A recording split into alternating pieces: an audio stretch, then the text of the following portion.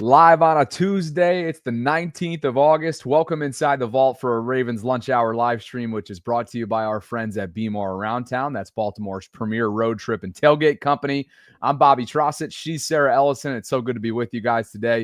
If you could like the video on the way in, subscribe, hit that notification bell. It'll go a long way for our channel's growth. You can also visit thevaultpod.com/shop. It's our new apparel line, and you can consider becoming a channel member or gift-giving membership by clicking the join feature. Thanks to all of you, those of you in the audio only space as well. We just shifted audio distribution partners recently. Hopefully you guys haven't seen any difference whatsoever, because if you do, we want to know about it. BaltimoreRavensVault@gmail.com is how you can reach us, always via email and partner. One more preseason game, of course, under 3 weeks out to regular season. We've got a lot to discuss as a result. The Bengals defense put on a performance to forget. Stop me if you've heard that before last night. Yes, it's preseason, but based on what they did last year, it's relevant. And if you ask Riddick, who shared some thoughts a week or so ago, there is a significant gap between the Ravens and everybody else in the division. We'll talk about that in just a bit. What about the gift that the Ravens have at their fingertips that they cannot allow to slip away a week from now when 53-man roster projections and cuts are set across the NFL? And Sarah, Tyler Loop's, quote, "We got our guy" moment, as told by Randy Brown, John Harbaugh's longtime assistant. We got a lot to get to. Scott Blitz is unloading super chats. Everybody's here. We're going to have a great day. Let's do it. It's great to see you. Love the energy. Love the energy. And I wonder, Bobby, if the energy just might a little bit be because while it was preseason, we did get to watch the Bengals just stunk up the joint all over the place. And it's kind of like sad from their perspective because they're playing their starters. Here the Ravens are like trouncing teams, and like it's the complete opposite. Whereas the Bengals yesterday played everybody but two of their starters on defense, and the Ravens in preseason week 2 played none of their starters except for two. And like the results are completely different. So I feel like there's some energy from that watching, just the AFC North kind of, I don't know. We'll see. Let's see how much we can take away from everything. But should we start there? Should we start with the Bengals and the AFC North? I think so, because they didn't necessarily put on a performance that gives you confidence, I think, if you're a Bengals fan. And I would not be surprised, Sarah, if if our viewer count ends up in the Cincinnati side of things after this algorithm starts to hit, because it's all anybody's talking about since it was prime time last night. So let's start there. Well, okay, let's start first of all on offense. Like listen, they moved the ball. They won the game. You would expect them to put up points when Joe Burrow and Higgins and all the people are out there. But what I saw, I did not get to catch the game live, but this low light, if you're the Bengals, highlight if you're Commanders, highlight if you're the Ravens fans. But this is something you don't want to see with your starting quarterback. And maybe he was just having fun. That's what Dan Orlovsky claims, this and that. But Joe Burrow took a minus 17-yard sack at one point in that first quarter, and he just kept zigzagging. They started close to the 20, and he's just backtracking until the point where he's just in a sea of Commanders uniform colors. What are they? Is that burgundy? What are they officially? Burgundy and gold. Yeah. Burgundy and gold. Okay. And he's just in a sea of burgundy and gold, and he takes a hit, and it's like, yeah, well, if that was Lamar Jackson, we would all be up in arms. That's your franchise. Even with your franchise there, you've been having a hard time getting into the playoffs recently, but without him, you are a 2 or 3 win team because you're barely making it in with him. So did you watch that live, Bobby?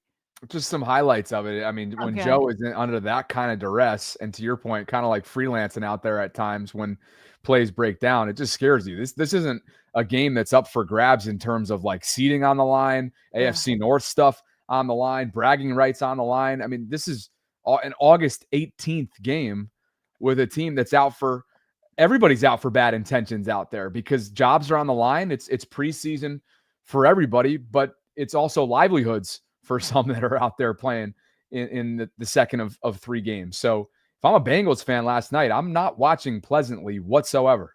No, it's not looking like the offensive line is like that that much improved. And then we can flip it over to the defensive side. And Bobby, again, low light for the one of the many low lights on the defense. And I'm going to go over some of the stats, but this image right here, where Jadon Daniels takes off on a scramble and he goes straight up the field. I am not joking when I tell you, when I watch this highlight, because he goes straight up the field and all of a sudden he's surrounded by 3 Bengals right before the goal line. My thought was, dang, if Ardarius Washington was out there, he'd take care of him the way he took care of Russell Wilson in the playoffs last year and dislodged the ball. That was just Ardarius Washington, who everybody says is undersized, but fights like a lion, okay? You have 3 Bengals right there, and Jadon Daniels just kind of twerks his body sideways and kind of leaps in. I thought to myself, are these Bengals pretending that this is practice against Burrow, where like all they have to do is 2-hand touch him and then the referees will call it dead with the whistles? Like, that's how little effort was put in right there. I was like, are they protecting Jadon Daniels, or are they this bad? Like, I couldn't, like, that's the way I saw it. It was like, I've seen this before when I go to training camp and I watch the Ravens defense protect Lamar. Like, they didn't even try to like hit him. They stuck their arms out like it was 2-hand touch. Go ahead, Bobby. Well, I was just going to say, and as a result, like, they're not even trying to convince everybody out on the outside looking in that they've improved from a year ago, that forced this team not only out of the playoff picture, despite it being really a magical season offensively for them, but to the point where you're not convinced as a Bengals fan, I would think, that this team isn't going to have to score 30, 35, 40 points a game in order to win contests. Right. Right. Bobby, for the second straight contest, and again, it's preseason, but this is bananas because there's starters out there. Washington rushed for 106 yards on its first 2 drives, including one drive where the Commanders put in their backups. They had the Bengals had all their starters but 2, one of them obviously being Hendrickson. They had all their starters but 2 in for the entire first quarter. And yet the Washington Commanders rushed for 106 yards on its first 2 drives. So we could back up and go into week 1. Week 1 versus the Eagles backups. And this is Cincinnati's basically starting team. They gave up 9 plays, 75 yards, touchdown. Then week 2, their starters against the Commanders starters, 4 plays, 74 yards, a touchdown. Then again, week 2, Commanders backups against the Bengals essential starting lineup, 4 plays, 44 yards, and a touchdown. So, of course, the caveat is there that it's preseason, but you also realize it's their starters versus backups. And then you also realize that with Hendrickson last year, their defense was woof. So where's the hope, if you're a Bengals fan, that this is getting any better? What about this from Dan Orlovsky? I mean, this just crossed my timeline earlier today. From a drafting standpoint, they're not cashing in. They haven't drafted anybody who recorded 10-plus sacks for them since Sam Hubbard in 2018. He just retired. And this is all about the Trey Hendrickson discussions there, obviously piggybacking off of that conversation in terms of the hold-in and the dispute going on between 2 parties right now, Bengals ownership, front office, and Trey. And Dan's like, look, if you can't develop, you have to pay. Now, even though he's under contract, are they going to have to end up paying this guy before the end of the season? Before the commencement of this upcoming season? It's going to get really interesting for Cincy, especially after what they put out on tape last night. Yes, we keep saying it's preseason, but like you keep saying too, wisely, there were a lot of starters out there that they fielded. Yeah, and you're talking about drafting like, is Shamar Stewart that guy? I mean, he missed all of OTAs, came in late for training camp over a contract dispute, and that was already when he was like, from a Ravens point of view, was looked at as like Odafe Owe 2.0, where he didn't have a lot of production in college. And for us here in Baltimore, it took until year 4 for really that to come alive as a first round pick. So after the game, Troy Aikman, who called it, he said he felt like the Bengals were again wasting another year of Joe Burrow's MVP type play. And so they discussed that on Get Up this morning, and Ryan Clark is in lockstep. Concerned that they are wasting this stage of Joe Burrow's career. Absolutely. I mean, if you watch that game last night and you think about, especially early on last season, we've watched people run for more miles against the Cincinnati Bengals than David Goggins. And he's in like 200. Stay hard. Yeah, he's in like 200-mile races every other month.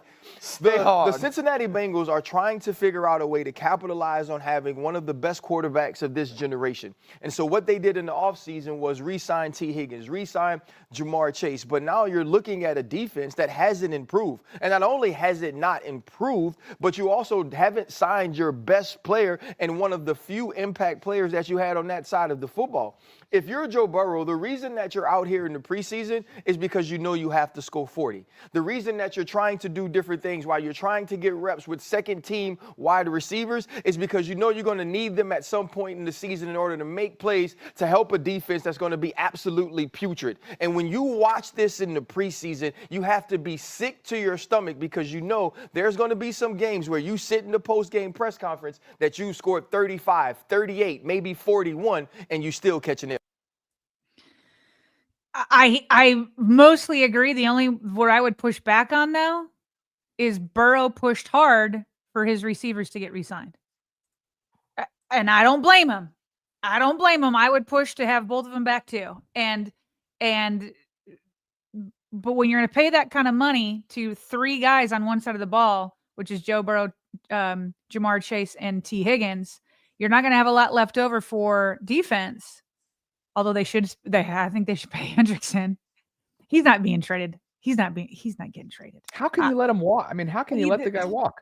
It's not happening. I don't know if he's going to get the deal he wants. Maybe they'll come to some sort of like compromise or whatever.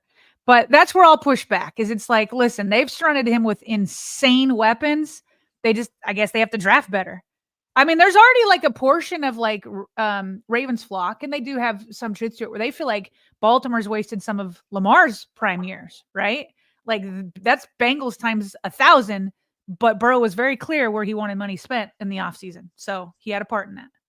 This is a team that, as a lot of us remember, not just last year, but in previous years, this is a team that's currently trying to get the monkey off its back, that have plagued them year after year after year, and that is slow starts. 4 of the first 5 went in as L's, Sarah, to begin last year's regular season. Losses to New England, Kansas City, Washington, and of course the Ravens, where Burrow threw that overtime pick to Marlon Humphrey. The lone win within the first 5 weeks was at Carolina, which should have been a win. Should have been a convincing win. They won by 10. So not that that's not convincing, but we all know what the Panthers were last year. Can't imagine they're going to be taking a big step this upcoming season, but that's neither here nor there. A team that's trying to get that monkey off its back, dealing with what we just spent the last 15 minutes discussing, doesn't make you feel great going into the early frame in what they have not been able to overcome for years now, including their Super Bowl season or Super Bowl appearance season. So that's a problem. It feels like a little bit of an epidemic in Cincinnati. And obviously this is all to the Ravens. What's the right word? The Ravens joy, the Ravens benefit, the Ravens benefit. Probably nobody in Baltimore is like crying for them. Nobody in Baltimore feels sorry for them. That's for sure. So. Now, meanwhile, as we discussed yesterday, the news kind of came down in the middle of our show yesterday that Joe Flacco was named the starting quarterback for the Cleveland Browns, and John Harbaugh was at podium a few hours after that news broke. He was asked about it, and then he said, well, his first mind was like, hey, now I know who to prepare for. He's like, well, knowing that he'll be who the starter is, we'll be preparing for them now, because he says in the preseason they start preparing for their first 4 opponents. So game plans and stuff like that are already being formulated, and so now they know. I mean, I guess it could change after week 1, but I think, this is where Harbaugh's mind is at. And then he did talk about Joe. He's like, a lot of respect for Joe. Obviously, his homecoming back here will be a big story. we'll try to focus on playing the best game that we can, but we know that Joe can sling it. So this will be Joe's first time back playing in the AFC North, right? Like they've played games against each other, but this is it's the first time that he'll be back at M&T Bank Stadium. Is that correct?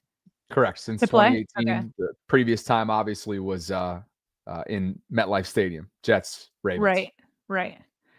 So this was another interesting conversation. I mean, lots of national shows are leading with the Bengals and Browns based off of the news of yesterday.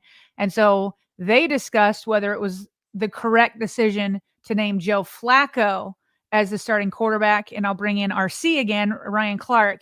He thinks it's the wrong decision. So I want to get your reaction on the other side of this, Bobby.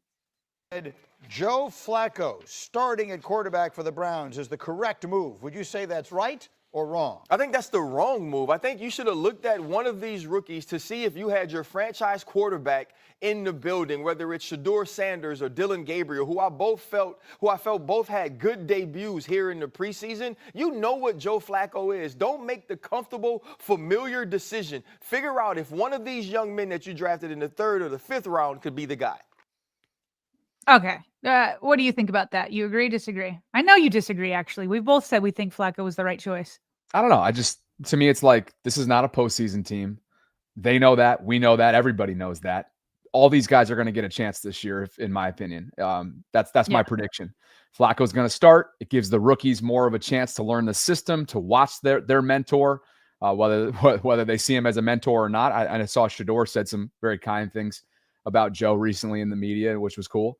Not a surprise at all, but it is relevant, right? Because he's never really, there's been a lot made of his comments over the years when it comes to like, hey, I'm not here to be a mentor, which you appreciate the honesty there. It doesn't mean that he's a bad person or a bad teammate. I think that you remember that from your days with the Ravens when you were wrapping up there in 2018. But I just don't have a problem with it. I think Joe earned the right to start. And I don't think he's going to be a full 17-game, 18-week type starter for him. So the rookies will get their shot. Pickett's not the future. There's a lot of tape out on him from Pittsburgh. There's a reason why he's been a backup the last couple of years. Deshaun's not healthy. And Snoop is seen as somebody that probably is borderline. I don't even know if he's a borderline top-fledged backup at this point based on what he's put on tape. So that's where I'm at.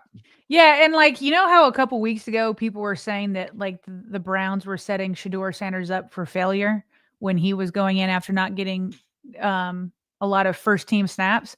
I honestly believe if they put in Shedeur or Gabriel in week 1, then I think they'd be setting them up for failure, not in a preseason game, right? And so and the reason why I say that in part is because Gabriel wasn't even healthy enough to play at all in preseason week 1.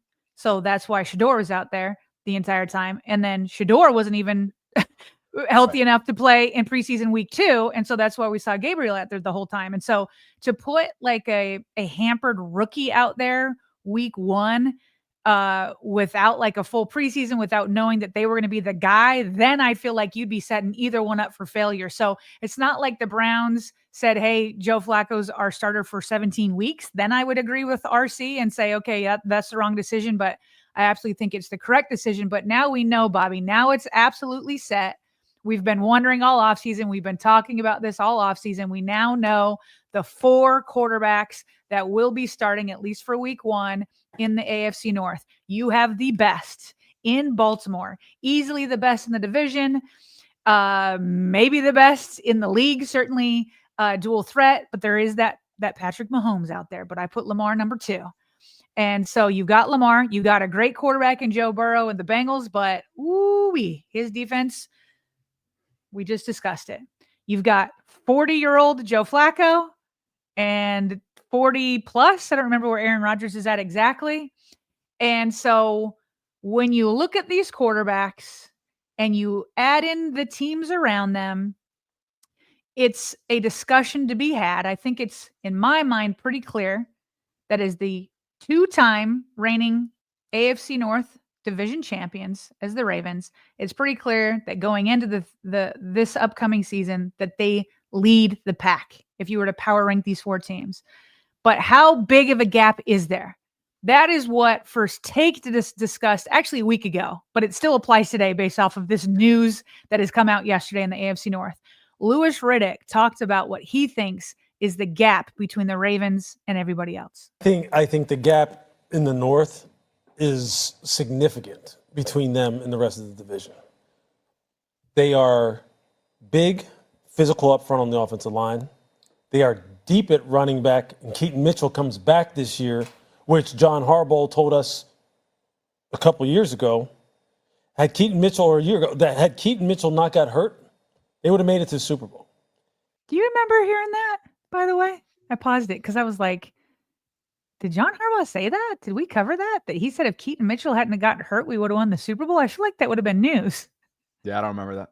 I don't remember that. And the year he got hurt, was that the year that we abandoned the run game in the AFC Championship game?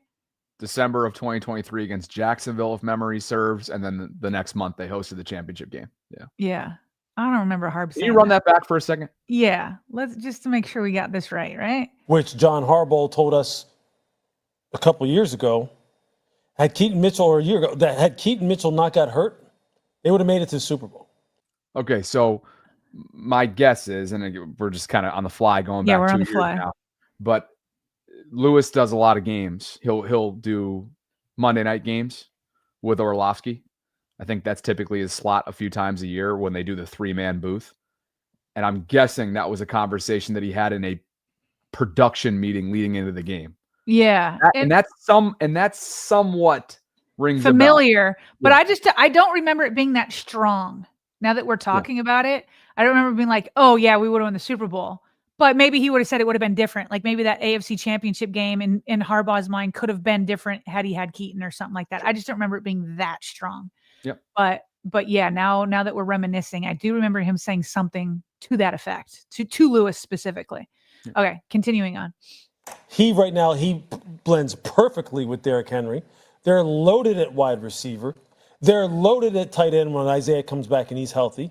They're loaded on the defensive line. They have They got one of the best young pass rushers in the draft in Mike Green to go along with Odafe Oweh and Broderick Washington and Justin Adebike. I mean, they're just loaded. They've got one of the best linebackers in the NFL, the patrol in the middle. They've got the best safety maybe in the NFL in Kyle Hamilton. I mean, they are absolutely from front to back, from 1 through 53. Eric DeCosta, Ozzie Newsome, John Harbaugh, they have put together a team that right now no one questions that they'll be a double-digit win team with their eyes closed. Then it's just about once they get to the postseason, what's their headspace? Do they start fighting boogeymen? Do they start seeing ghosts? Do they start going, oh boy, oh man, things are a little bit different now? The front office has done their job. The coaches got to do theirs, and the players ultimately got to show up when it matters the most. Do you agree with him that the gap between the Ravens and the rest of the AFC North is significant? Well, I'm just trying to get over the fact that Brady got a mention over Nnamdi, but what are you going to do? Yeah, listen, I can generally agree that maybe the Ravens have the second best roster in the league, but the way he was like, they're loaded at wide receiver and they're physical and tough up front on the offensive line. I'm like, chill, bro. It's a good roster. And it's a good wide receiver core, best of Lamar Jackson's era, but loaded is the Bengals at wide receiver. That's not what's going on in Baltimore, but point taken. That was funny. You got to give Lewis the benefit of doubt. He's just ripping off names and trying to be complimentary, but yeah, I do think so. And last year, even in the midst of the Ravens beating themselves, what felt like, time and time again early, they still found a way to separate themselves. They had a 2-game lead over Pittsburgh when it was all said and done, 12-5 to Pittsburgh's 10-7. Multi-game lead over Cincinnati when it was all said and done, 12-5 to Cincy's 9-8 overall record, and then a massive one clearly Cleveland was behind everybody, a 3-14 season for them last year. So if you think about that 2-game gap essentially between themselves and the next team in the midst of what was a really subpar season, and the fact that it took forever to actually wrap up the division and you're coming from behind, right? Deficit wise, what felt like down the stretch. And then you end up, grabbing the AFC North title and then whatever happened, we all know what happened in the postseason. I think that there's been a gap, and there still is, certainly after this offseason. So let's do this, because I do agree that there's a gap. That being said, and this isn't just the AFC North, division games are always different, right? It's not like you like steamroll all your division opponents because you know each other so well. I feel like the teams that play sometimes the closest to the Chiefs are the guys in the AFC West, right? So I'm putting you on the spot, but also put this out to the chat, okay? What's the Ravens record in the division this year?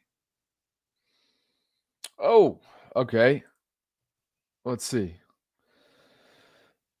In division games. It's Bengals twice, Steelers twice, Browns twice. What do they come out as? Yeah. Yeah, so I've been on record since the schedule release show. They're going to split with Pittsburgh. So Split with 1-1. Pittsburgh. Okay. 1-1 so far. Okay. I'll probably go with Cincy split in a series sweep of Cleveland. So you're going 3-3. I'll go 500, but outside the division, I expect them to dominate like they always do. Right, whereas the others don't. Okay. NFC. So you don't see the Ravens sweeping anybody. Cleveland. Oh, you did say it's Cleveland. Okay. Yeah. So not 3-3 then. Sorry, did I smile and nod at that? You're like 500, yeah. So that's 4-2. I would 4-2. do 4-2 also. Yeah. Yeah. Although it wouldn't surprise me if they dropped one to Cleveland, because that's what the Ravens do, and then happen to sweep either the Bengals or the Steelers. You know what I mean? Sure. I could see them sweeping the Bengals, Sure. But yeah, 4-2. And hey, sure. 4-2 in that division, given the way that they play them, given the barn burners with Cincy last year, and you expect them to put up points on most NFL defenses. Will they be able to take points off the board defensively? That's a big question. We know what Pittsburgh's about, and we know that they're like you kind of alluded to. There is a trap game here and there with Cleveland, and Joe Flacco is always capable of diving into the past, isn't he? It better not be week 2. I want. Listen, before the game, giving all the love in the world to Joe. Put him up on the vision boards. Play highlights, give him love, give him a standing ovation. And then when that game starts, the mentality of the defense better be, I'm sending him into retirement after this year. This is it, Joe. This is it. This is your last. You're not going to want to play again after this. Yeah. I mean, and there's a darn good chance, given his lack of mobility, he might be thinking that. He's not going to say it, but he might be thinking that coming off week 2. And it's obviously important to remember that despite personnel being very different a year later, Vegas came in with Gardner Minshew and spoiled that home opener week 2. So you don't expect a lot of those issues on the back end to pop up, but it's going to be early, Sarah, at that point. They'll be coming off a primetime game. Yeah, there's a full week in between, but let's see what happens in Buffalo. I'm still on record for a Pittsburgh split. I guess I'm on record now for a 4-2 after you backed me up against the wall there in division. And then the third thing would be a 12-5 overall record is what I said regular season as well. Backing you up against the wall for predictions is, I guess, what I do best. It's like one of our favorite pastimes. One of your favorite pastimes. There is no doubt about that. Well, another one of my favorite pastimes is checking out Super Chats. Do we have time for that right now? Okay. We do. We have time for 2 things, because Be More Around Town deserves our love as well. And we want to say thanks for the continued support in the summer partnership, summer campaign that we're in the middle of with Be More. And if you go to Instagram, at Be More Around Town is where you can kind of get a feel for what going on the road with Brian Snyder and his group is all about, whether it be to Western New York, like this shot was from January. I was just off to the side doing my show, and man, it was awesome. Bus and airfare packages are sold out for September 7th weekend, I should say, in Buffalo. It's a rematch of that game. This is, as they say it, a revenge game. Sarah, do you agree? Is it a revenge game? It's a half revenge game. It's got to be in the playoffs. But yeah, revenge begins week 1, right? Okay. I think so. It's going to be a revenge tour, but we've had that before. We've had a few revenge tours fall flat. So Here we go again. Yes, for sure. Orioles are going to be out for revenge after this horrific season, even though they've been playing well of late. And that just is a great reminder that Be More doesn't just offer Ravens packages. They have all kinds of trips and experiences for the Orioles. But how about the trip that they took and the people that they took up the MetLife Stadium. Wow. I mean, goodness. Does that ever happen at M&T Bank Stadium where like another team brings in that many people? I think that I would be remember annoying. Philly came in guns blazing this past year. That December 1st game, they were rolling. But what about like early on in the season when it's like still summer weather? I mean, look at this. Look at the bank in the background. Okay. For those of you that aren't aware, 801 West Austin Street is where B-More is headquartered. Okay. On this near side of this photo, inside the gates is the VIP section. Okay. On the opposite side is just your standard ticket. They've got Caddy Wagon over there. There's literally a golf simulator. You've got the stage where bands come on and play. It's a freaking raucous environment. And I just think the world of B-More. Hopefully you guys will consider checking them out this season. If you do on the road in terms of like a road trip and you want to pop off and head to Buffalo week 1, you want to go to Minnesota later on in the season, you want to go to the storied Lambeau Field, you want to go to Miami on a Thursday night entering into Halloween weekend, just know if you book a full Ravens away trip experience with B-More Around Town, if you're a Voltron, they're going to give you 2 complimentary VIP purple tailgate passes to a 2025 home tailgate of your choice. So that'll get you into like something like this that you're seeing on the screen. If you do, and you want to get those passes redeemed, email Brian at BMoreAroundTown.com. All that information can be found in the show notes below. And a special thanks to Brian and his team. B-More Around Town. Great spot to be. Great spot to be. So, Sarah, I mentioned in the intro that Saad Blitz had to get a few things off his chest. He began things at 6:24 a.m. this morning, Eastern time, about 6 hours prior to our show, 5.5 or so. And Sarah, why don't you get us started? He says, quote, by failing to prepare, you are preparing to fail. Close quote, the great Ray Lewis. I want to see 20-0, but I'm prepared for 0-2 again. Oh, wow. That took a turn. That took a turn. All right. Fair enough. I mean, you got to, but I think you see the play on words there? He's preparing for 0-2. He's preparing for the worst. More from Saad Blitz, the second of many. Pre-show rant like this one, saying wait a second here. Is this a run-on sentence here? But I'm prepared for 0-2 again. Pre-show rant like this one, saying forget Edge, the kid from Georgia. Would have been top 5 last year. If he's there, we need to take him. I have no idea what any of that means. Here's a third super chat from Saad. Was he talking about Malachi a little bit in there? Right. Here's a third one. Do you think that for Saad Blitz, this is his thoughts before, like, has he been up or did he just wake up? I don't know. He says, and it might take a little more time, but your interaction with the community here is what made you so popular so fast. Don't ever lose that. Appreciate that. Yeah. Saad says, Dre Greenlaw tore his Achilles running onto the field, not tackling someone. Great coaches like Andy Reid are more worried about preparation than injury. And another one at 6:48. 6:24 is his first one. 6:48 is his 1, 2, 3, 4, 5. This is his 5th super chat, Sarah. Missed live yesterday, but I love when you talk about Starks. Back in March, when everyone was talking about what edge we should take, I had a 6S chat. 6 super chat. Okay. And he's clarifying right now in real time that these have been out of order. Don't know why, but thanks for the clarification. And just based on time purposes, we got to keep it moving, Saad. Thank you so much. Thank you, Saad. Man. Appreciate you. Maggie Liz says, started the morning off with a happy super chat. And a big thanks to Bobby and Sarah for bringing us great content and an awesome community of fans. Keep up the great work. Good work. Thanks, Maggie. Appreciate that sentiment. You try to up the ante. She said, "Thank good work," and you added great work in there. I like that you caught yourself. I know, because I'm like thinking about, because Saad's literally messaging things right now, telling us what the order is, and there's just all sorts of back and forth going on. But Mark Wigg, Sarah, is celebrating 1 month of channel membership. The 5 Ps, proper preparation prevents poor performance. Should be an everyday mantra to live by. It's clear Bobby and Sarah do. Love y'all, and we love you, Mark. Oh, that's cool, Mark. Yeah, that was good. Whenever we get touted for the prep that goes into this, I just think it melts our heart, because it's there's a lot of strategy that goes into it and consistency. So thanks for noticing. D-Rod is celebrating 5 months of channel membership, and my guy's looking clean, and he's looking like he's ready for the season in that profile photo. Do you see that hat? I do see that hat. Okay. Okay, He says, but does "Good the afternoon, audio only everybody." people see the hat, which is a vault hat? Sorry, snapback hat right there. Snapback hat, one of the biggest sellers. He says, "Good afternoon, Sarah and Bobby. Hope you two are doing well. I need to see you repping the merch a little more, just like my profile pic. I love you." It looks like he's got a pair of Oakleys on. It looks like he's definitely got that white snapback hat, like you said, courtesy of the vaultpod.com/shop. So, D-Rod, appreciate you for rocking that, updating the profile photo, and for your support of the merch line, man.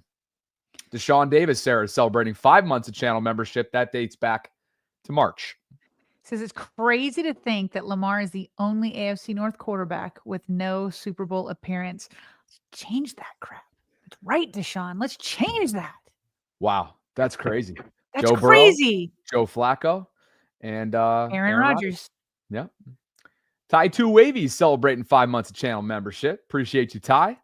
Joe Jenkins says, "We'll lose that last game. We'll sit the starters." So he's already got that first round bye locked up, maybe the regular season finale coming up week 18, who is against Pittsburgh, week 18. Rave Kingdom, Sarah, checking in. Just want to say I love you guys, but I keep hearing I love you, Rave, but I only see Heather on my channel. Sips tea slowly. I see what he's talking about. Clock it, bitch. Rave. Oh, this is classic. It is hilarious. Oh, when I try to read other people's words like that, clock it, bitch. Just to make you feel better, I'll give it a shot. Just Yeah, want to you say give I it a love you guys, but I keep hearing I love you, Rave, but I only see Heather on my channel. Sips tea slowly, meaning he wants people on our channel. And then he says, "Clock it, bih, bih, Oh, is that it? Bitch. bih, bih."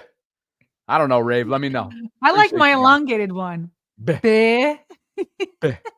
No, it's more like, who knows? Let us know, Rave.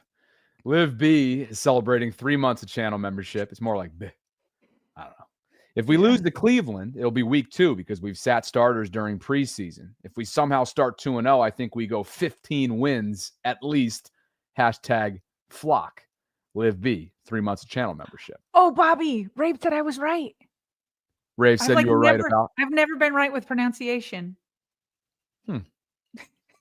Really? They said, bless my heart. Interesting.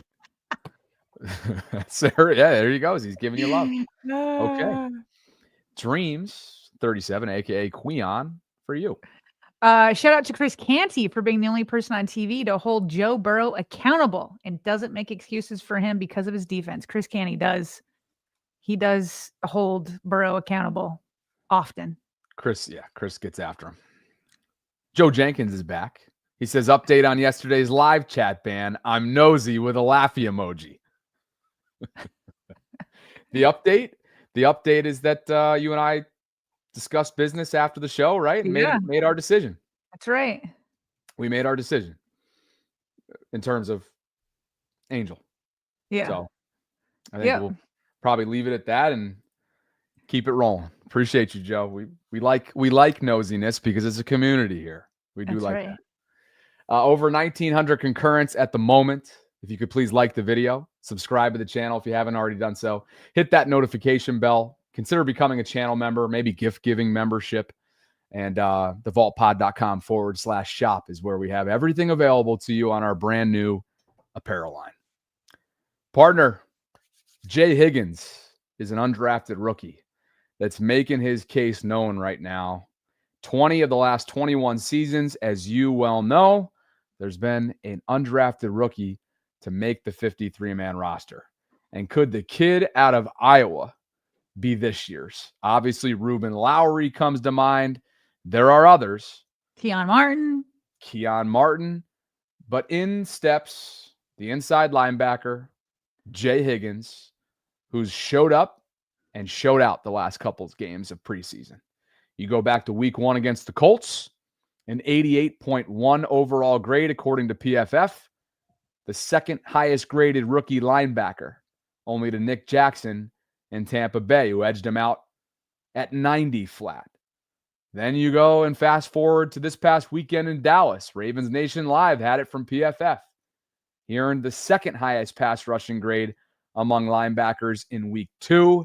And yeah, he keeps proving he belongs. And Sarah, the tape kind of bears that out as well. This is a player that shows some great vision, understands spacing, sideline to sideline kind of speed.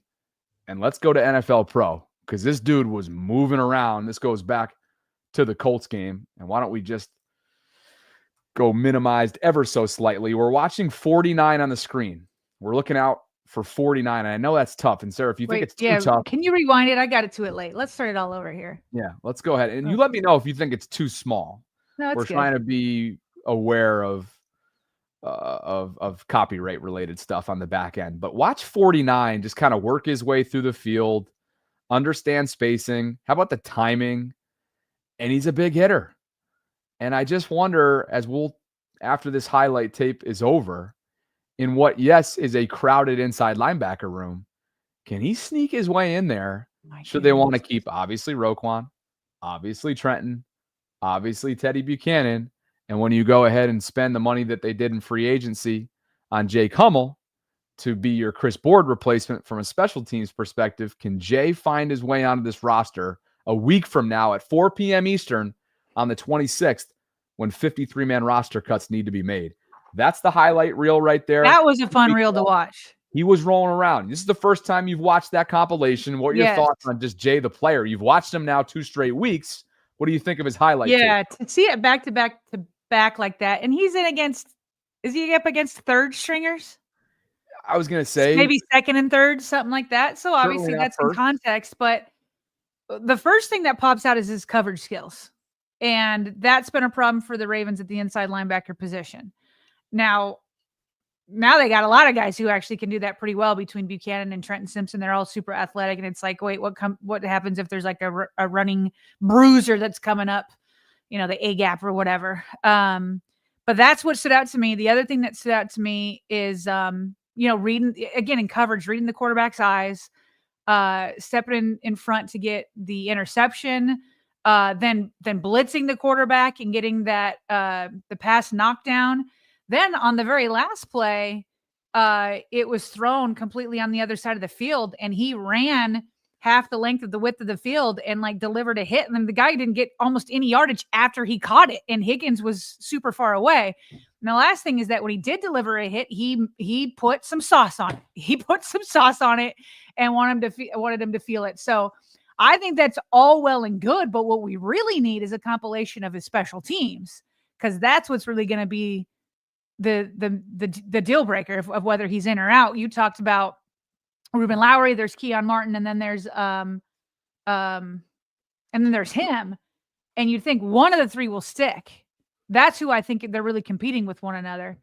And so it's like, what's going on in special teams? But it's hard not to be impressed, even though it's against the second and third stringers. I mean, my goodness, what a take. Does that Colts? Do you also have command? Who did we play last week? Why am I already forgetting? I have Commanders in my mind.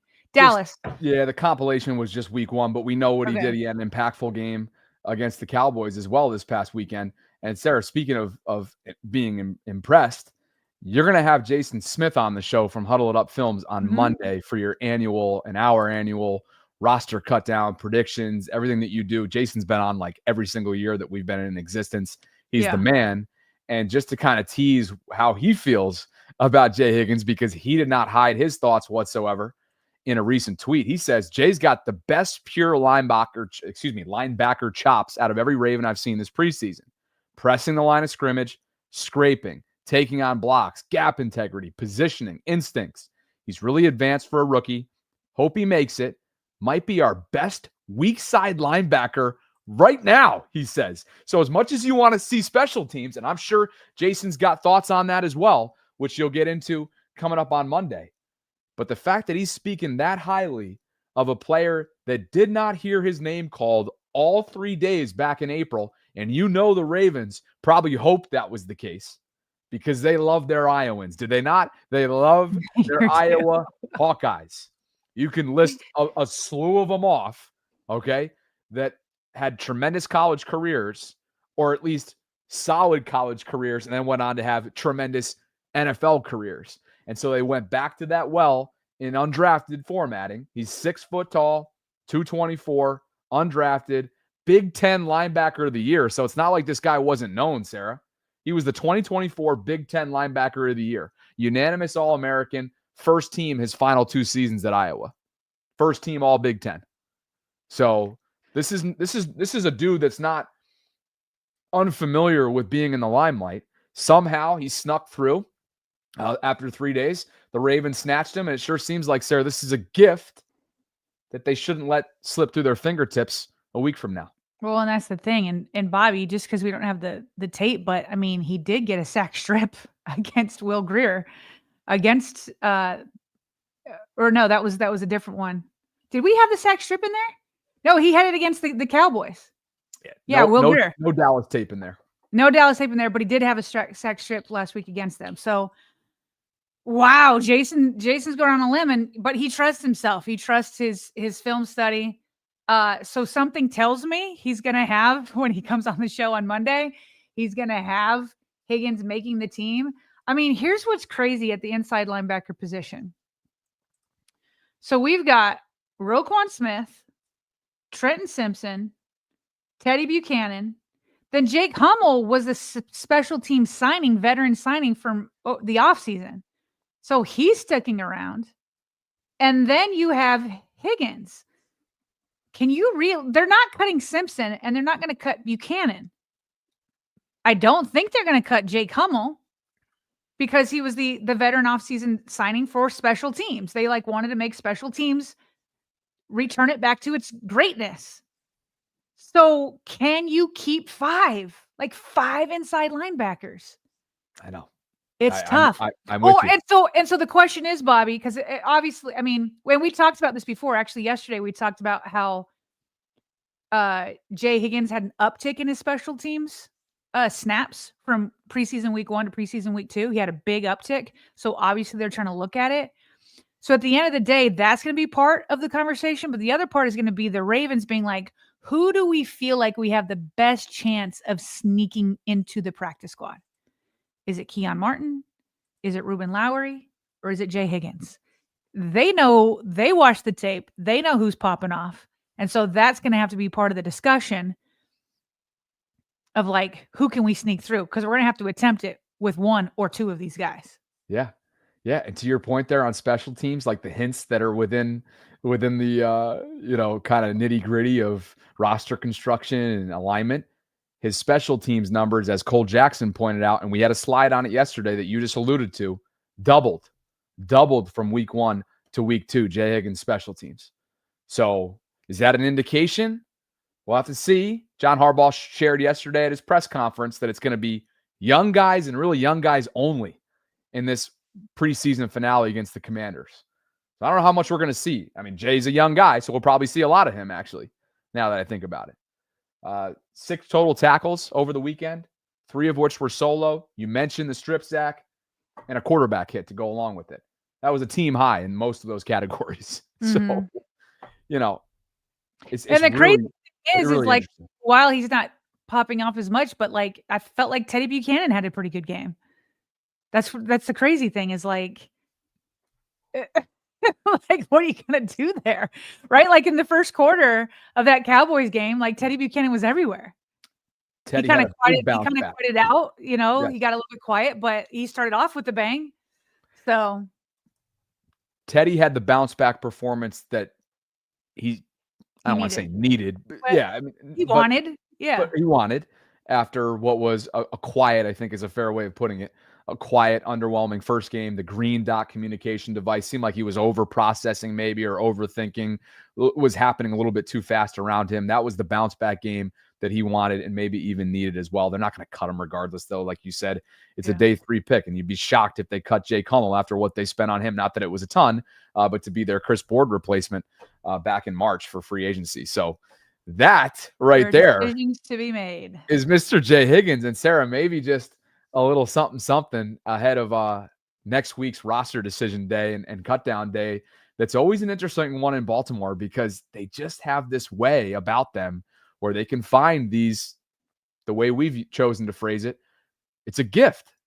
It's a gift. Now, the gift just didn't pop up. I mean, their personnel and scouting department prides itself on these types of players that fall through the cracks throughout those 3 days of the draft. But is he this year's guy? We'll have to wait and see. Meanwhile, outside of that, the Ravens have some injury updates, and some of this will actually help, some of these guys make the team. Some will not. But John Harbaugh, for the most part, was pretty transparent with injuries yesterday, at least tried to be. Who knows what predictions will be. But he let us know. He was asked about Isaiah Likely, which is probably the one we have our eye on the most just because of who he is in the year that we expect. And John Harbaugh's like, listen, I'm going to be honest. I don't really want to tell you about this one. He said, since it's week 1, meaning like his return is around week 1, he's like, I'm probably not going to share that as easily as some of the others just because I might want to keep him guessing. I want to keep them, meaning the Bills, keep them guessing a little bit on that one. His return was always going to be in that range of the first few weeks. And then I thought the exchange, Bobby, was funny between Jeff and Harbaugh.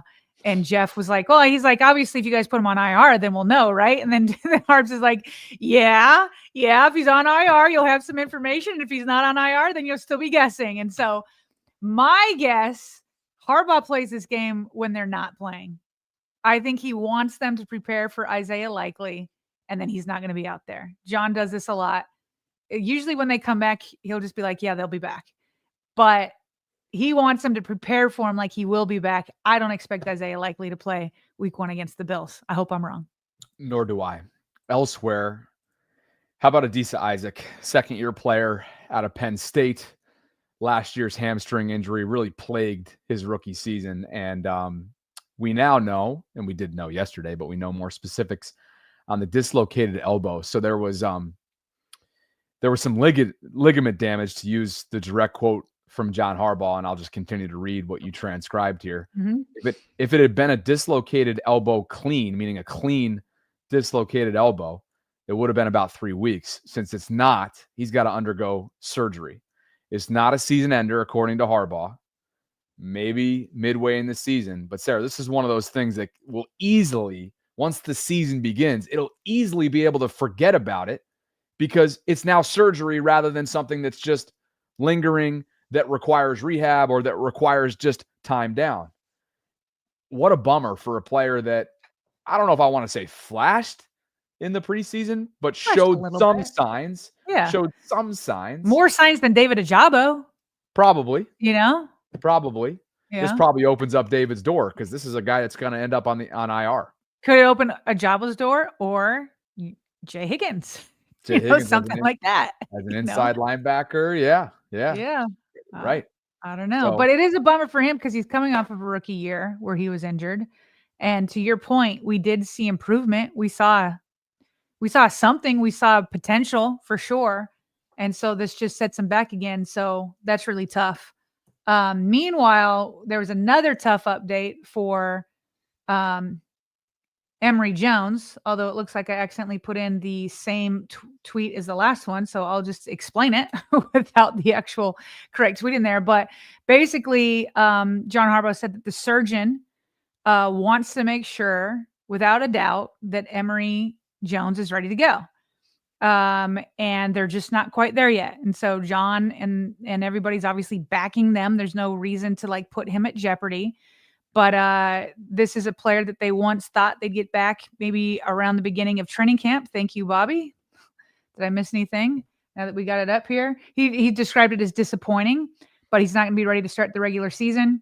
He said it's going to take a little bit longer, so we won't be counting on him early on in the season, not just week 1, but early on. And Bobby, at this point, I just don't see how this doesn't snowball into maybe a lost rookie season.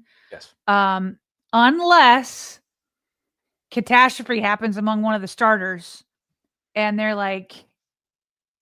not doing well. And so it's like, okay, well, you're healthy now, so we're going to throw you into the fire, But if not, it's just going to stick with the guards. It's the starting 5 that we know of right now. And then Ben Cleveland being a backup at guard and Noteboom being the swing tackle. So I feel bad for him. I'm sure this isn't the way he wanted it to happen. I'm still very curious how much the Ravens knew when they drafted him. You know, like John Harbaugh said in passing that he was like, yeah, we kind of knew. But like, what exactly did you know when you drafted him? I'm just curious because some of these draft picks that have injuries, even though you're getting them at a lower round than they would have been had they been healthy, it doesn't feel like it's like trending in the wrong way. Like they're not panning out the way I think Eric DeCosta would have hoped. How much were they privy to medically is another way of saying what you're asking, right? Yes, correct. Yeah. Yeah. It's got redshirt year out written all over it, doesn't it? Yeah, it does. Bummer. Bummer for him. Bummer for the offensive line. But hey, you can't throw him out there, obviously, if he's not anywhere near 100% and then make it more severe than it already is. So just hope that the way your projected starting 5 is can be sustained throughout this upcoming season. Jair Alexander has not practiced since August 9th. Sarah, he is, it's important to remember, less than a year and well less than a year from the torn PCL. Had his knee drained the first week of training camp. And John Harbaugh was asked if anybody in the defensive back room has a serious injury that would put them in jeopardy of the season opener. And he says nobody in that room has that. He was asked specifically about Jair. And here's the transcription from what you put together here on X. He had something done to take care of that knee. Very vague. He had something done to take care of that knee. Did they drain it again? Like what? Did he have a procedure? I don't know. There Something. was swelling. There was swelling early on, which was what led to the drain, which if you do your studying up on the PCL and the aftermath of a PCL tear, it's not abnormal. It's not abnormal to get a drain, and it's not abnormal to have swelling once you get back to a ramp-up period. So he goes on to say he had something done to take care of that knee, which seemingly, Sarah, is separate from what happened the first week of camp. Correct. Because he came back from that. You're talking about the draining the first week of camp. Correct. It seems like a second thing that was done. Maybe. Not described as such, though, when he was willing to actually say specifically about the drain. You do some things to help it from a health standpoint. It's something he's been dealing with for a few years now, so it's not anything we didn't expect, probably. But you got to take a couple of days after you do that before you can practice. So I don't think we ever expected Sarah to see him in the preseason. Let's be clear. We didn't expect to see him in the preseason. We didn't expect him to have a full training camp health-wise. And the umbrella over it all, whether you like it or not, is based on the payment, the compensation. It's not the end of the world if he's not available throughout this entire upcoming season. Are they better with him? If you watch his tape and you followed his career in Green Bay, when he is healthy, the guy's an all-pro, Pro Bowl caliber corner. Obviously, the Ravens would be better with him. But when you consider the fact that he only played in 32 games, Sarah, in the last 4 seasons, when you consider the fact that he's well less than a year removed from the PCL tear, he's less than a month removed from the knee draining, it's not that much of a surprise. It's not a surprise, and I like that they're being conservative. I think that's all fine. I think the question does beg to be asked, like, how much of these, what are we calling this? Like maintenance breaks, like whether it's draining or something else that may have happened. I don't know if there's like a small procedure or something like that. How many times are they going to have to like have these maintenance breaks throughout the season? Sure. And so they for sure, they're in a good spot right now. They've had a lot of injuries at the cornerback position, but it's mostly been backhand guys. So that's where they've been fortunate. And day 3 picks. And we've already lost, was it 2 6-rounders? They lost Robert Longerbeam and they lost our guy, Bilal Kone. Yeah. Yeah. And that's also helping, potentially opening doors for like a Ruben Lowry or a Keon Martin, all that kind of stuff. But where the good news is as long as like they all stay healthy, is Jair Alexander and Awuzie can really manage their snaps between the two of them. Yeah, you'll have, 4 of those guys out there for certain packages and whatnot, but they can manage his snaps. And if like they're going to continue to ramp him up, they have that luxury as long as the other top 3 stay pretty healthy themselves. But you have some flexibility to play with. But yeah, like to your point, like we should probably expect some of these maintenance things to pop up throughout the season. That wraps up sort of the latest from a health and management and injury standpoint from what we learned during yesterday's press conferences. So that is that. There was also a second press conference. Randy Brown, John Harbaugh's longtime assistant, somebody who was with him during his Philadelphia days as a special teams guru, and somebody who handpicked Sarah Tyler Loop, their day 3 pick out of Arizona, really gave quite a lot of insight yesterday in a 16-minute press conference where he came prepared. He shared that his daughter Ryan will be handling national anthem duties this weekend for the Orioles, which is awesome. She is so freaking talented. I remember we shared something on her last year. I think she handled national anthem duties, if memory serves, when his son was on the other side, and it was a family affair since he's an assistant for Nick Sirianni in Philly. So anyway, he started that way, but then started really getting into details on Tyler Loop and why he felt so confident about this pick. He had 30 player evaluations at the kicker position, Sarah. A couple notes here before we get into the video content of snippets from his press conference. 30 different kicker evaluations, okay? This was really surprising to me. Randy was not afraid to say that he only thinks 2 kickers from this year's class, didn't mention them, but clearly one of them is Tyler, can kick in outdoors. AFC North outdoors. Only 2, Randy thinks. I was stunned by that. Wonder if the other one was that, although it may not be, from Miami. Was he from Miami? Yeah, because didn't he have a big leg too? I mean, not as big as Tyler's, but maybe it's Andy. Maybe it's Andy Borregales. I think the Ravens had him in for a visit. He also touted the Ravens' permission, the granted permission that they gave him to bring in more than one kicker. He felt like that was a big deal, bringing in John Hoyland, the competition, so to speak, that gave Tyler Loop. The way that they were able to work together in the early parts of the summer and the offseason, he felt like the undrafted rookie out of Wyoming gave him a whole lot of love. But here's what we all want to know, right? I mean, ultimately, this comes down to why is Tyler Loop the guy? And I think there's 2 different clips that stood out to me the most. Why he was the guy and is the guy. And 2, how you forecast pressure management, how he's going to handle himself in big moments as a rookie in this spotlight. Here's the first, though. The we got our guy moment. Interview a guy. I want to know, what is your process? Meaning, how do you practice? How many kicks a day do you take during practice? What's your lifting schedule? What's your sleeping schedule? What's your eating schedule? And then come game day, well, what's your warm-up schedule? How many kicks do you do? How many no steps? How many 1 steps? How many 2 steps? At each end, what do we do? And of all the guys I interviewed, so I'll do the restaurant story now. So we go to Arizona. So I go to Tucson and spend 2.5 hours with Tyler at a restaurant in Tucson, which, by the way, everybody knows I'm a big Pepsi guy, and they had fountain Pepsi. So I knew I was going to be there all night long, which was great. So we were there 2.5 hours. And he explained to me his process. And it was intricate, like to the point of, like, I'll explain it to you guys who are here and fans are watching at home. There's a spot on your foot where you have to kick the football, all right? There's a spot on your foot. He knew exactly where that spot was on your foot.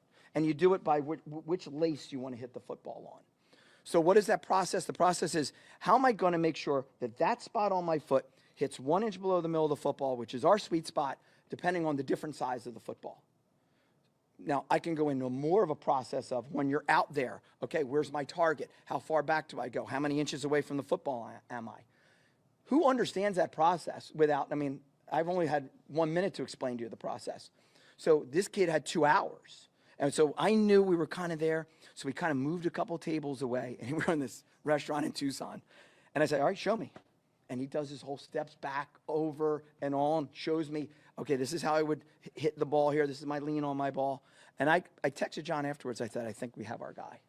And that was really the restaurant in Tucson, and I forget the name of it, but it had fountain Pepsi. This guy, man. Sarah, Randy Brown, okay? He's a trip. I assume you guys, most Ravens fans, know this guy's story. He used to be a mayor of a town in New Jersey. Yeah. Does that guy not command a room when he speaks? He came in prepared. And can't you picture that in that Tucson restaurant of him moving tables? We're going to go move to a table. And Tyler, you're going to get up right now. People are probably watching. You're going to get up and show me your process. But it's a job interview, not just like a conversation. Yeah, you know? It definitely is like a kicking nerd kind of conversation, like a nerdy kicking conversation where they're just like getting amped. Like the way he got amped about, and he knew exactly on the spot of his foot.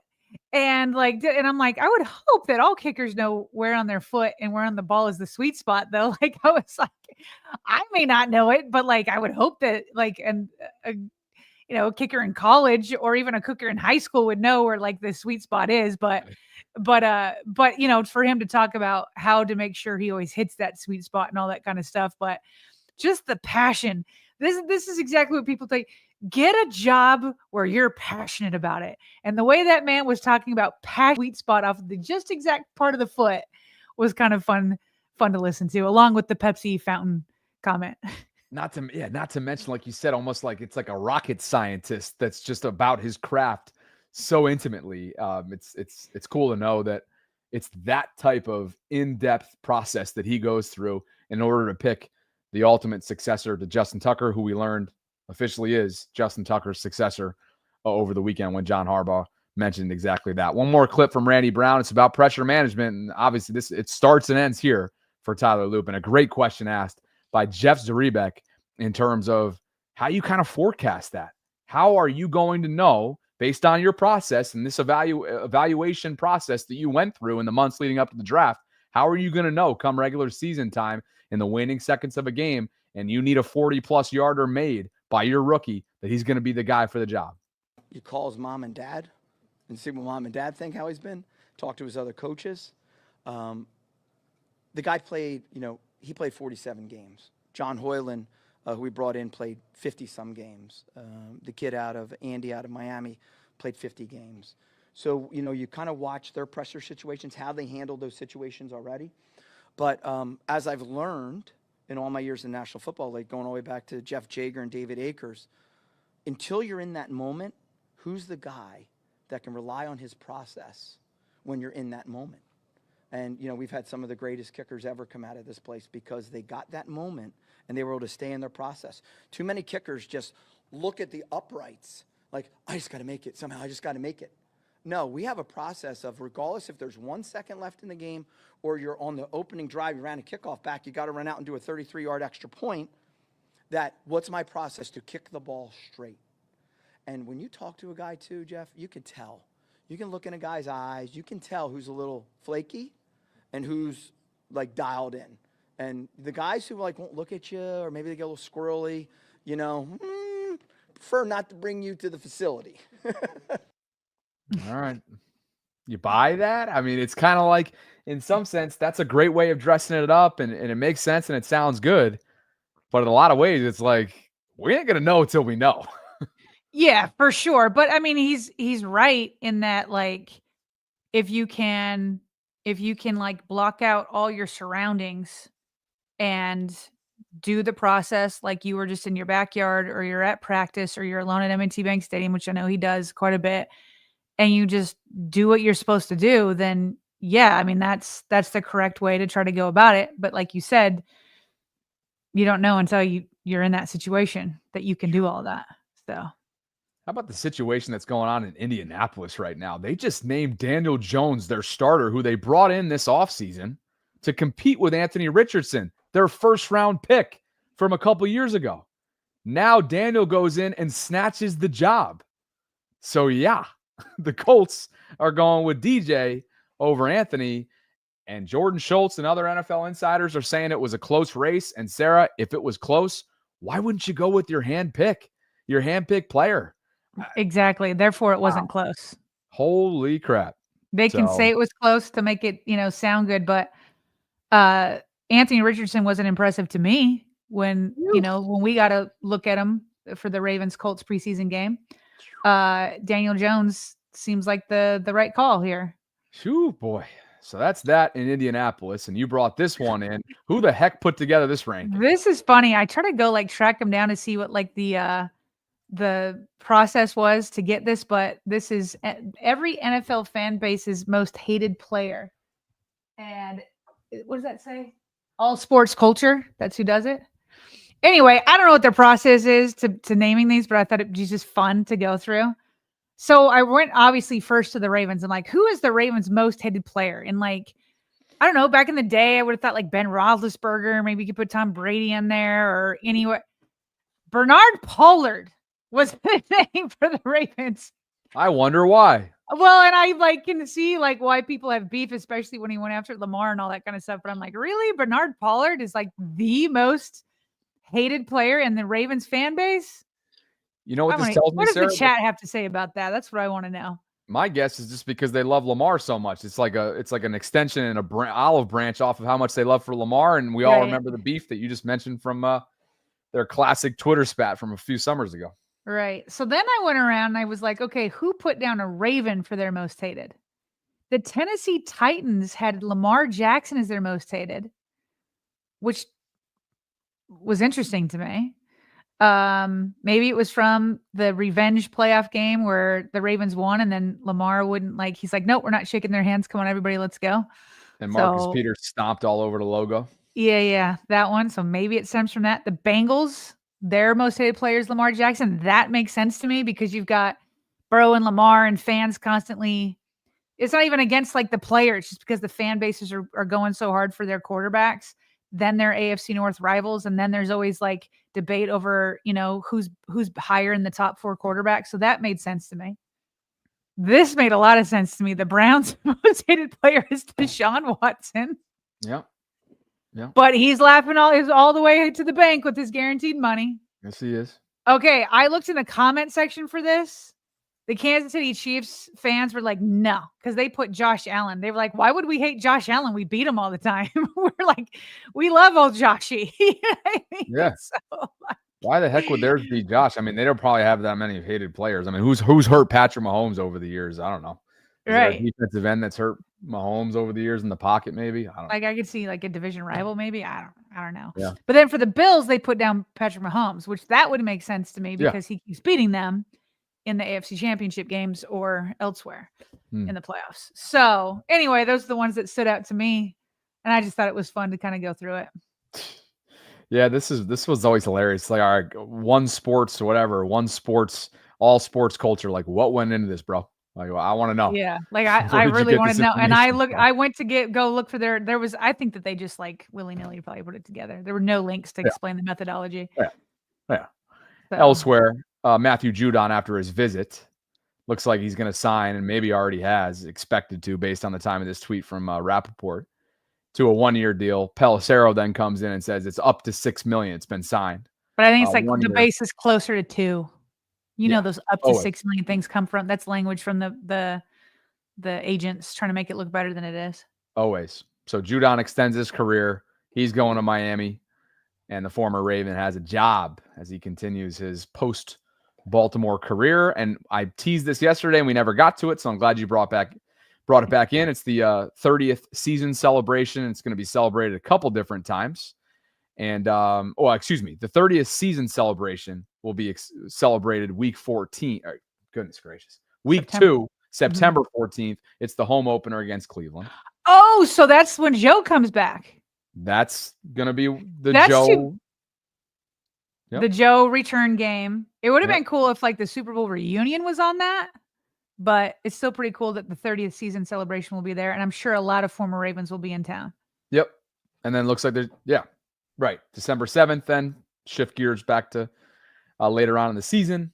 December 7th, a little bit Super Bowl reunion. Ravens Steelers. How could you not pick that one? So it's Joe Flacco's reuniting.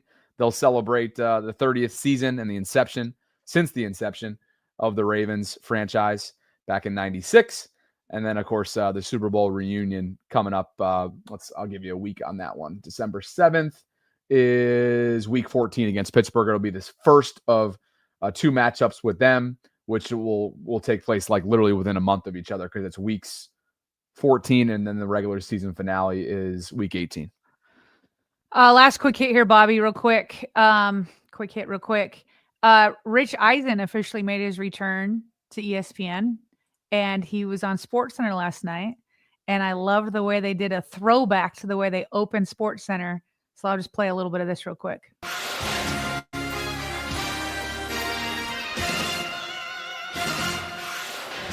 Tonight on SportsCenter, the preseason Monday Nighters certainly did not disappoint in D.C., while an old D.C. star powered up the Phillies against the Mariners twice. In Pittsburgh, Paul Skeens actually got runs, 2 of them. Was it enough against Toronto? But really, sometimes you gotta keep it simple and direct. Why didn't you go down? I wanted to score. This show is all about strolling down memory lane. No, not about having hair. It's about throwing a whole bunch at you while having an old school good time. So stay tuned and don't flip out. SportsCenter is next. Then look at him, the older Rich. Hey there. Saying this for the first time in 22 years. Welcome to SportsCenter. Alongside all of you, I am Rich Eisen. Coming up, Paul's. Oh, Chills. man. Chills. Bobby, that brings so much nostalgia to me. Like, before the internet and the rise of all that went there, like, me and my brothers, it was like SportsCenter was where it was at, like the top 10 SportsCenter. And I know SportsCenter's still on, but it's not the same when you can get all your news and your sports highlights online, all that kind of stuff. That brings me back for me in my life, just like the nostalgic, best, beautiful times of sports, like Rich and Stuart Scott, and those two anchoring SportsCenter is like the epitome of ESPN for me when I was a kid. Loved the throwback that they did, bringing him back. What a great way to bring him back. Scott Van Pelt got to be added in there. He's somehow still outlasting this new era and still very much in the driver's seat there. But that was chills worthy right there. Way to go. Rich is, man, I love that guy so much. And that does bring back so many memories from childhood. You are up against the clock. We have a few super chats. Do you need to go? We'll do a couple super chats and I'll split. Yep.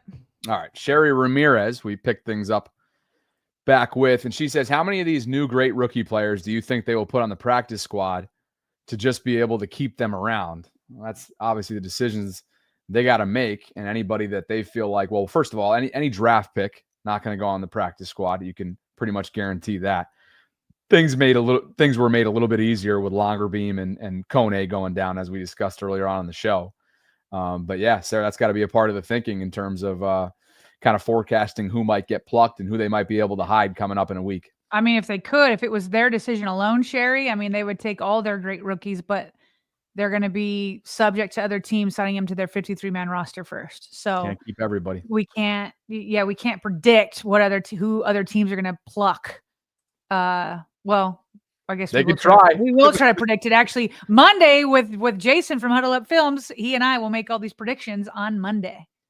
Yeah, thanks in advance. I'm going to be traveling to and from the West Coast tomorrow and then on Monday. So Cordell will be with me tomorrow for a portion, and then Jason when you're out on Wednesday, and then Jason will be with me on Monday while you're traveling back on Monday.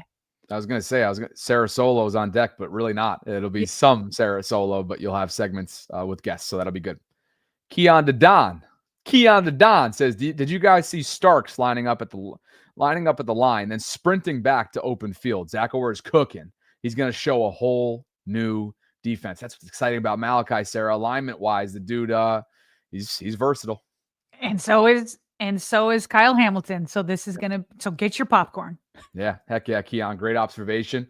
The Bull 9474 checking in. Look at that. That man's teasing in his profile photo, celebrating 2 months of channel membership. He says, oh, sorry, it's your turn. Or is it? Yeah, go ahead. Did you read Sherry? I read. Doesn't matter. Go ahead. I read Keon's, and this is now you for DeBull. Okay. We should put Jones on IR. He's not talking about Travis Jones. Who's the other Jones? Emery. Oh, Emery Jones. Okay. We should put Jones on IR. I don't expect a lot out of Alexander except on game day. Higgins should make the roster, and so should Lowry. Love the channel, and we love you, DeBull.